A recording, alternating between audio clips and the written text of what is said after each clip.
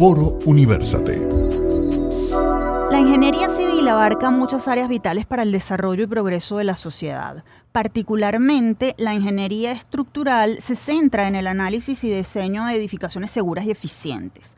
Quienes se dedican a esta rama son responsables de garantizar que las estructuras sean capaces de soportar las fuerzas a las que estarán sometidas, como el peso propio, las cargas vivas, personas, vehículos, y las fuerzas del viento, además los sismos. En Venezuela, cerca del 90% de la población vive o trabaja en zonas propensas a terremotos, y esta es una condición de la cual no podemos desligarnos, especialmente porque los sismos no son frecuentes ni predecibles, pero definitivamente sí ocurren. ¿Qué retos tienen los profesionales en esta área? ¿Qué hacer para fomentar su formación? Sobre este y otros temas nos hablará el profesor Guillermo Bonilla, ingeniero civil, especialista en ingeniería estructural y docente investigador de la Escuela de Ingeniería Civil de la UCAP. Bienvenido a Universate, profesor Bonilla, un gusto tenerlo con nosotros. Buenos días, mucho gusto, igualmente. Saludos a todos. Profesor, en líneas generales, ¿están preparadas las estructuras donde viven o trabajan los venezolanos para resistir un evento sísmico? En el caso de que no sea así, ¿pueden estas edificaciones ser reforzadas para garantizar la seguridad de sus habitantes? Bueno, la pregunta tiene una respuesta directa. En líneas generales sí, siempre y cuando hayan sido construidas con base a proyectos que realmente hayan cumplido las normativas vigentes en su momento. Y va una cosa rapidita, que claro, las normativas van cambiando con los años y algunas quedan obsoletas, lo que no quiere decir que sean mucho más vulnerables, ¿no? Pero efectivamente la obsolescencia también existe, pero pueden ser reforzadas también. Ahora, ¿cuáles son las consideraciones que se deben tomar en cuenta por parte de los ingenieros al momento de construir edificaciones en zonas propensas a terremotos en Venezuela? Usted ha dicho que la norma va cambiando. ¿Cómo se va adaptando eso y cuán obsoleta se vuelve y cuán desprotegida queda una edificación en la medida en que con el paso de los años esas regulaciones se van modificando? Bueno, efectivamente las normas cambian de forma periódica, probablemente aquí se demora un poquito más, pero entre 5 y 10 años van cambiando, en algunos países son 5 años, y desde luego cambian por el conocimiento va incrementándose y los nuevos terremotos también van dando avisos de comportamiento que hay que evaluar, y desde luego entonces desde el punto de vista, digamos, formal, teórico, las estructuras realizadas con anterioridad a un reglamento nuevo siempre son obsoletas, pero no quiere decir que en el fondo sea tan peligroso, simplemente que con el nuevo conocimiento hay nuevos cambios que hay que realizar. En algunas cosas, cuando son edificaciones públicas, edificaciones de gran importancia, clínicas y hospitales, probablemente sería interesante la evaluación cuando los cambios son muy rígidos, o sea, muy drásticos, que pueden ser cambios entre los años 40 y el 2000 y tanto, o sea, han pasado muchos años, nosotros tenemos edificaciones que son de los años 40 del siglo pasado. Ahora, pero no hay que llamar la atención, o sea, tampoco es generar, digamos, susto, pero obviamente van quedando un poquito débiles, entre comillas, para decirlo de una forma sencilla. Claro. Dada la alta proporción de la población venezolana que está viviendo en áreas sísmicas, ¿cuáles son los desafíos específicos que enfrentan los ingenieros al momento de lidiar con la variabilidad de las fuerzas sísmicas y las condiciones geológicas del país? Bueno, afortunadamente Venezuela es un país que siempre fue, digamos, iba en primera línea, de los años 30 en adelante, en primera línea en construcción, por lo tanto nuestra ingeniería fue muy adelantada y sigue siendo, entre comillas, a pesar de que ha bajado la construcción, sigue siendo una ingeniería que está bien. El problema, yo creo, la debilidad está en la construcción. La construcción es la que realmente representa lo que se hace y a la hora, la verdad, es la que demuestra lo que pasa. O sea, una cosa del proyecto, otra construcción. Yo veo más debilidad en la construcción, bueno, porque la gente experta se ha ido, todos han fallecido porque han perdido tiempo, las escuelas no se han mantenido, ya son escuelas, digamos, de formación ya más básica, técnica y general de ejecución. Ahí es donde puede haber debilidades y donde la ingeniería tiene que poner mucho énfasis, no solo en el proyecto, sino en el control, la inspección, la verificación y evaluación, para que la calidad sea lo que marque todo el entorno de lo que se ejecuta y se asegure lo que está en el proyecto.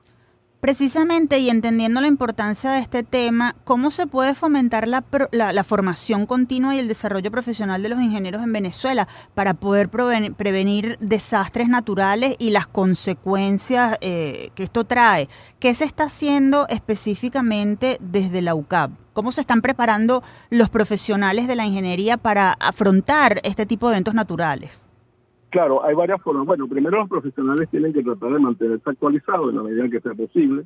siempre es bueno estar actualizado. Segundo, tiene que ser muy riguroso en comprender que hay que ir digamos, adelantándose a las situaciones y buscar la manera de lo posible actualizarse en conocimientos. Algunos son teóricos y otros son prácticos. En este sentido, por ejemplo, la universidad, no solo en pregrado, sino en posgrado, tiene posgrado, en nuestro caso, ingeniería estructural, que existe en varias universidades, y lo hemos hecho, por ejemplo, para adaptarse un poquito más al ingeniero que está trabajando, que tiene poco tiempo para poder ver las nuevas líneas, poco tiempo para incluso compartir con otros profesionales lo que es actualización o verificaciones o sistemas de desarrollo de proyectos propiamente. Entonces, en eso la universidad al menos está haciendo un posgrado y creo que está pensando en otras cosas el día de mañana, pero ahorita hay un posgrado estructural que puede ser interesante, que es muy práctico para el que trabaja, ¿no? Para el que está el día a día y para cualquier ingeniero profesional civil que quiera realmente actualizarse con las nuevas normativas, pero no solo están las normativas, también están los nuevos conocimientos no asociados a normas, sino a la práctica que también incluyen los posgrados. Estamos conversando con Guillermo Bonilla, especialista en ingeniería estructural, consultor y docente investigador de la Escuela de Ingeniería Civil de la UCAP. Profesor, ¿existen tecnologías innovadoras o avances en la ingeniería que puedan mejorar la capacidad de las estructuras para resistir terremotos? Específicamente, ¿qué papel juega o jugaría por ejemplo, la inteligencia artificial? Sí, bueno, aunque parezca mentira, la inteligencia artificial, entre comillas, ha sido siempre aplicada porque en la medida que se han utilizado software o formas de criterios de análisis, de una forma u otra siempre se acude a métodos matemáticos, métodos numéricos, métodos que nos van llevando, digamos, a nuevas áreas, ¿no? Uh-huh. Es aprovechable, digamos, desde el punto de vista general la inteligencia artificial. Sin embargo, el conocimiento que debe ser aplicado dentro de un diseño estructural está muy asociado sobre todo a comportamiento de materiales, comportamiento del sitio y también a, digamos, unas exigencias normativas que aseguran, al menos en los edificios tipificables, que la respuesta a un edificio ante un sismo, en este caso durante su vida útil, va a ser la adecuada y la prevista. O sea, un edificio que hay un terremoto tiene que moverse y lo importante es que se mueva, pero que no vaya más allá con fallas que deberían no suceder. La inteligencia artificial puede complementar mucha información, pero en el caso nuestro específico estamos amarrados también a requisitos normativos. ¿Cuál sería su recomendación para la sociedad venezolana en términos de concientización y preparación ante posibles terremotos? Usted decía que hay edificaciones que tienen años de antigüedad y que deberían revisar sus estructuras. En ese sentido, a los ciudadanos comunes y a los dueños de estas edificaciones más grandes, ¿cuál sería su recomendación? Bueno, en el caso de instituciones públicas, oficiales y privadas, pero grandes, que ya son de uso público, bueno, sí, obviamente hay que evaluar de alguna forma, hay que evaluar cuál es la vulnerabilidad que tienen las edificaciones. Eso se suele hacer en muchos países, inclusive en Venezuela se ha hecho en algunos edificios. Lo que pasa es que monetariamente es complicado, ¿no? Pero sí suele haber exigencias incluso de alcaldías que llevan a eso, lo digo, en otros países y probablemente en nuestros también llegaremos en algún momento. A nivel ya residencial, individual, particular, la cosa es más complicada porque estamos hablando de estudios que quieran o no, siempre tienen costos. Y desafortunadamente, como nuestra construcción en general está, digamos, algo envejecida, estoy hablando en términos generales, los costos están más dedicados a resolver los problemas del día a día en un condominio.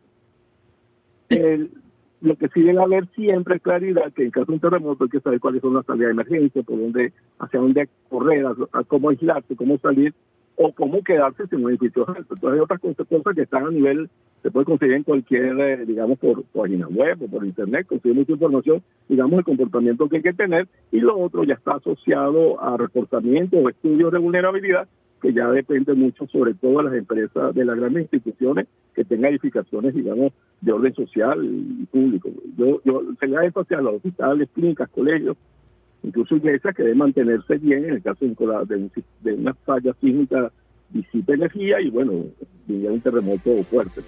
Profesor Bonilla, agradecemos su participación en Universate. Gracias por haber atendido nuestra invitación. Muchas gracias y bienvenidos todos a la universidad. En línea teníamos al profesor Guillermo Bonilla, especialista en ingeniería estructural, consultor y docente investigador de la Escuela de Ingeniería Civil de la UCAP. Con esto hacemos una pausa en nuestro programa. En breve seguimos con más de Universate, las voces de la Universidad Venezolana.